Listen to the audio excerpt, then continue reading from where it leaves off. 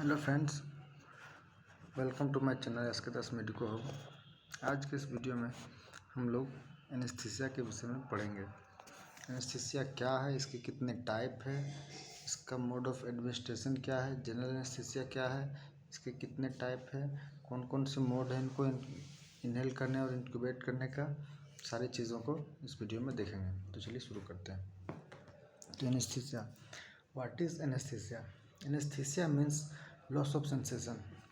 It means mainly required to control the pain sensation, especially during surgery and short diagnostic procedure. हम लोग किसी surgery का perform करते हैं या फिर कोई डायग्नोस्टिक प्रोसीजर करते हैं लाइक MRI वगैरह, तो उस टाइम हम एनेस्थीसिया का यूज़ करते हैं ताकि पेशेंट को किसी तरीके का पेन ना हो। Anaesthetic are substance which produce reversibly consciousness. Anaesthesia जो सब्सटेंस है उसमें होता क्या है कि किसी पेशेंट को हम देते हैं तो वो उसको अनकॉन्शियस कर देता है, लेकिन फिर बाद में वो रिवर्स हो जाता है। ये एक स्पेशल फीचर है एनेस्थीसिया का। Anaesthesia is a way to control pain during surgery और procedure by using medicine called anaesthetic. Anaesthesia के रूप में जो हम मेडिसिन को यूज़ करते हैं उसको एनेस्थेटिक एजेंट बोलते हैं। Besides general anesthesia, other form to anesthesia provide only light sedation or use injection to numerical small area or large region of your body। हम एनेस्थीसिया को भिन्न भिन्न रूप में दे सकते हैं, इनहेल करके या इंजेक्शन के फॉर्म में भी। अब आते हैं टाइप ऑफ एनेस्थीसिया। तो there are 3 types of anaesthesia. First है जनरल एनेस्थीसिया, दूसरा रीजनल एनेस्थीसिया, तीसरा लोकल एनेस्थीसिया। बहुत सारा क्लासिफिकेशन में क्या करता है कि जनरल एनेस्थीसिया और लोकल एनेस्थीसिया 2 ही टाइप होता है, और रीजनल एनेस्थीसिया जो है लोकल एनेस्थीसिया का सब डिवीज़न होता है, तो उससे कन्फ्यूजन नहीं होना है। अब चलते हैं कि जनरल एनेस्थीसिया क्या है। तो general anaesthesia is an anaesthetic used to induced unconsciousness during surgery. General anaesthesia क्या है? एनेस्थीसिया में एक जनरल एनेस्थेटिक एजेंट को यूज करते हैं जो सर्जरी के दौरान पेशेंट को पूरी तरीके से अनकॉन्शियस करते हैं। द मेडिसिन इज इधर inhaled through the breathing mask और ट्यूब और given through the intravenously. General anaesthetic agent जो है वो हम ब्रीदिंग मास्क या ट्यूब के द्वारा इनहेल के रूप में दे सकते हैं या तो फिर इंट्रावेनसली भी उसको दे सकते हैं। A breathing tube may be inserted into the windpipe to maintain proper breathing during surgery। जब हम इनहेल एनेस्थीसिया देते हैं तो उसमें वाइंड पाइप को इंसर्ट करके रखते हैं ताकि सर्जरी के दौरान ब्रीदिंग पूरा नॉर्मली तरीके से हो सके और पेशेंट को कोई तरीके का दिक्कत ना हो। अब आते हैं इनहेल एनेस्थीसिया के बारे में। जो इनहेलेशन होता है वो गैसेस फॉर्म में नाइट्रस ऑक्साइड और गैस होता है। बाद बाकी वोलेटाइल लिक्विड के फॉर्म में जो होता है वो ईथर है, हेलोथेन है, इनफ्लुरेन है, आइसोफ्लुरेन है, डेसोफ्लुरेन है, सेब्रोफ्लुरेन। ये सब एनेस्थेटिक एजेंट जो है वो वोलेटाइल लिक्विड फॉर्म में होता है। अब आते हैं आईवी जनरल एनेस्थीसिया के देखते हैं। आईवी जनरल एनेस्थीसिया क्या क्या है? Incubation agents thiopentone sodium, methohexitone sodium, propofol, etomidate. दूसरा है स्लोवर शॉर्ट एक्टिंग ड्रग्स के रूप में जो हम लोग कॉमनली यूज़ करते हैं, ये ओपीडी के पेशेंट के लिए भी यूज़ किया जाता है कभी कभी। तो उसमें आता है बेंजोडाइजेपिन्स, डाइजिपाम, लोरजापाम और मिडाजोलाम। डिसोसिएटिव एनेस्थीसिया जो है जो कॉमनली रीजनल एरिया में ज़्यादा यूज किया जाता है इंट्रावेनस एनेस्थेटिक एजेंट के रूप में, वो है केटामाइन। फिर आता है ओपियोइड्स एनाल्जेसिया के रूप में फेंटेनिल यूज़ करते हैं। अब आते हैं इसका मोड ऑफ एक्शन। एनेस्थीसिया का मोड ऑफ एक्शन क्या है? Anaesthesia temporally block pain signals from nerve the central in the brain. हमारे ब्रेन का जो नर्वस सिस्टम है उसके इम्पल्स को ब्लॉक करता है, जिससे हमें पेन महसूस नहीं होता है। अब आते हैं रूट ऑफ एडमिनिस्ट्रेशन।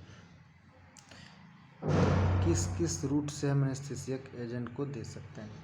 पहला है इनहेलेशन, दूसरा है intravenously, typically applied to skin, eyes, liquid surgery. ये हुआ रीजनल एरिया, जैसे जिस एरिया में हमको सर्जिकल परफॉर्म करना है उस एरिया को सिर्फ ब्लॉक करते हैं तो उसे रीजनल कहते हैं। ठीक, अब आते हैं basic component of tides.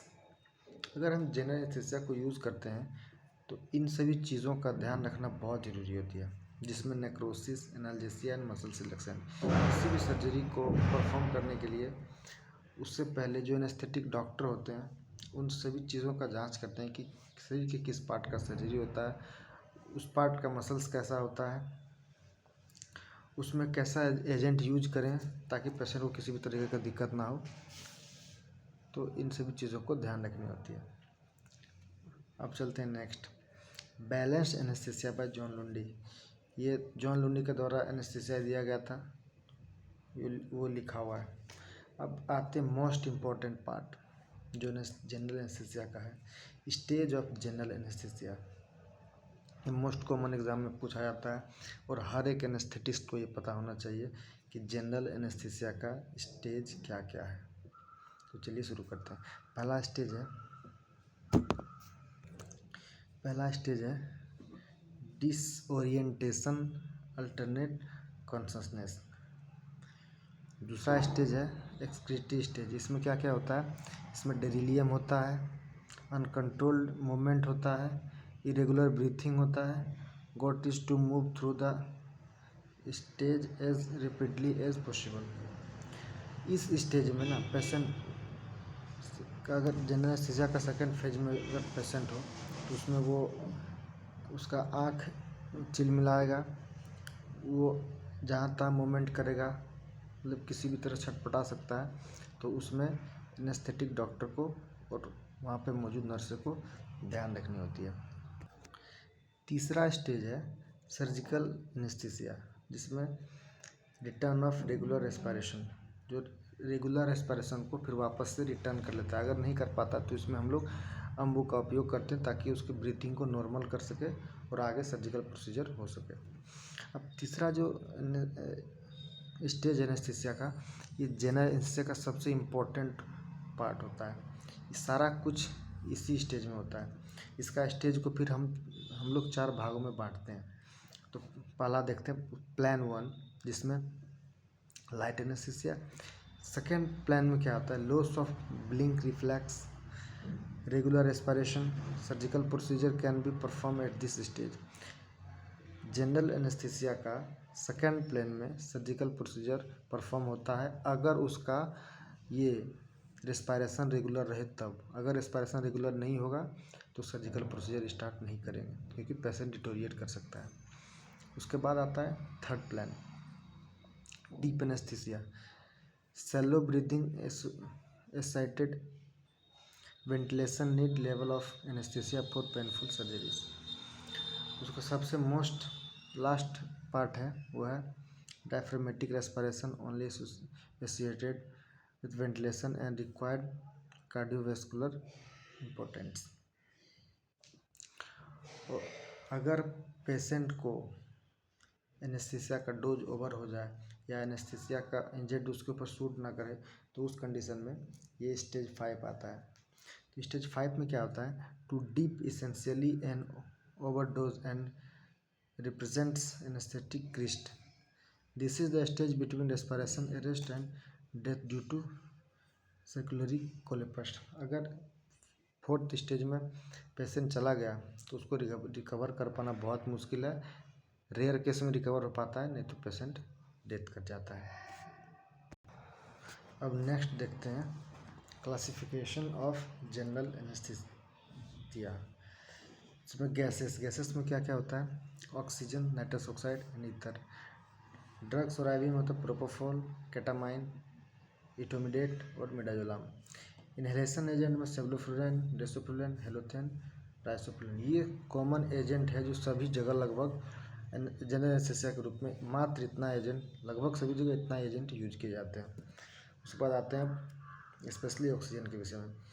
Oxygen का सिंथेटाइज बाय प्रिस्टले, इसको जो प्रिस्टले द्वारा सिंथेटाइज किया गया था। स्टोरेज कहाँ होता है तो black body with white shoulder at pressure 200 psi।